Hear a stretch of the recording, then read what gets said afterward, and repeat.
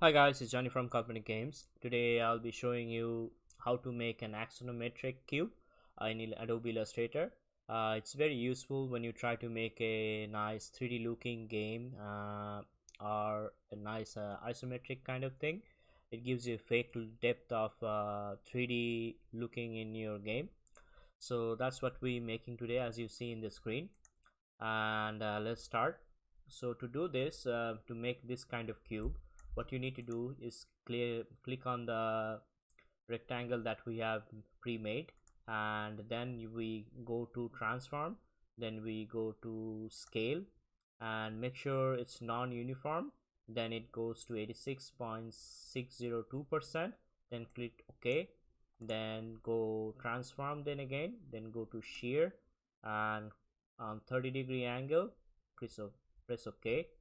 All right, then we go to transform again, then we go to rotate and it's by -30. Okay, that creates the top part, and that's how you do it. But there is also even an easier way to do this. Say if you want to create an automatic, you can do this by actions. I think you guys are familiar with actions in Photoshop, but in Illustrator it also have some actions.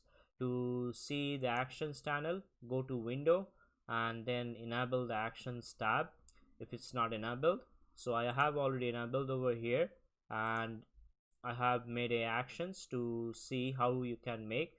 Let's check it out what happens over here if you click play. So you see it does those, right? Now I will show you how to make an action, right? Okay, so let's tutorial. I'll do the next one. We make a new, and we make a new action, say like a left part. Okay, so we're going to do the left one, then we're going to select this, then we're going to transform, and then we're going to scale it to the same thing. All right, then we're going to transform and going to shear it by -30. Okay, -30.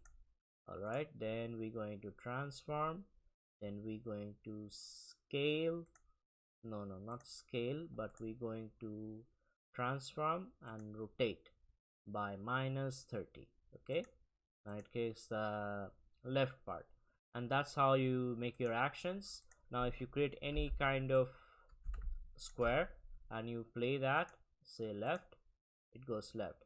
See, that's how it's very easy and nice way to do it, and it will save you a lot of time. And stay tuned for more updates, because I will be creating more of these as I go. And if you like my content, please give a like and subscribe to my channel to support me, and to see my more tutorials about these things. So that's it for today, guys, and so until then, see you next time.